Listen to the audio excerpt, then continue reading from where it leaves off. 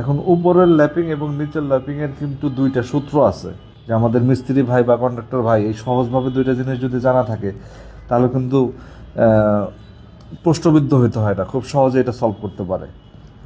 বিমের যে ল্যাপিংয়ের বিষয়টা আছে, আমরা কিন্তু উল্টাপাল্টা করি এই ল্যাপিংয়ের সাইজটা, এটা আসলে উল্টাপাল্টা করা উচিত না। দেখেন, আমরা সবসময় চেষ্টা করব বিমের টপ বারের ল্যাপিং মাঝামাঝি পর্যায়ে দেওয়ার জন্য, এবং নিচের ল্যাপিংটা সাপোর্ট পোর্শন থেকে 2H দূরত্বে দেওয়া। 2H দূরত্বটা কি?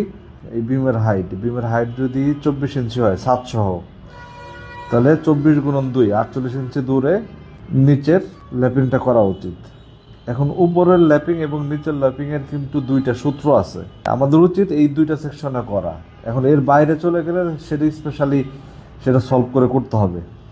তো আমরা চেষ্টা করব এখানে করার জন্য, এবং এটার বেসিক যে সূত্রটা সেটা হলো, যদি টপ বারে আমরা মিডল পোর্শনে ল্যাপিং দেই, এইটার সূত্র হলো 24D।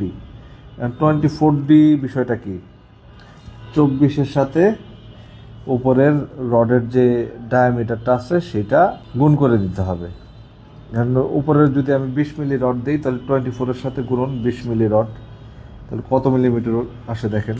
হ্যাঁ, এটা আসে সম্ভবত মেবি 480 মিলিমিটার। এটাকে আপনার 25.4 মিলিমিটারে হয় 1 ইঞ্চি, তাহলে সেটা দিয়ে ভাগ দেন, ভাগ 25.4 মিলিমিটার কত আসে দেখেন। এটা আসে 18.89 ইঞ্চি। তো 18.89 মানে অলমোস্ট 19 ইঞ্চি, সেটাকে আপনি 20 ইঞ্চি করতে পারেন। মানে উপরের এই ল্যাপিংয়ের এই দৈর্ঘ্যটা হবে 20 ইঞ্চি, মানে 20 ইঞ্চি দিলে হয়ে যায়। আবার নিচের পোর্শনে যদি আসি, নিচের পোর্শনে কিন্তু আবার হিসাব আলাদা। এখানে 40 to 50D করতে হবে, এটা সূত্রটা আলাদা। নিচের পোর্শনের আমরা এটা দেখি, নিচের যে সূত্রটা সেটা হলো মোটামুটি করতে পারেন 40D থেকে 50D। হ্যাঁ, এটা অ্যাপ্লাই করতে পারেন। তো আমরা যদি 40D দিয়ে হিসাব করে দেখাই, হ্যাঁ 40D, এটা আমরা বলতে পারি 40 গুণন নিচে যদি 16 মিলিমিটারের বার দেই, তাহলে কত আসে? 40 গুণন 16, 640 মিলিমিটার, তাই না?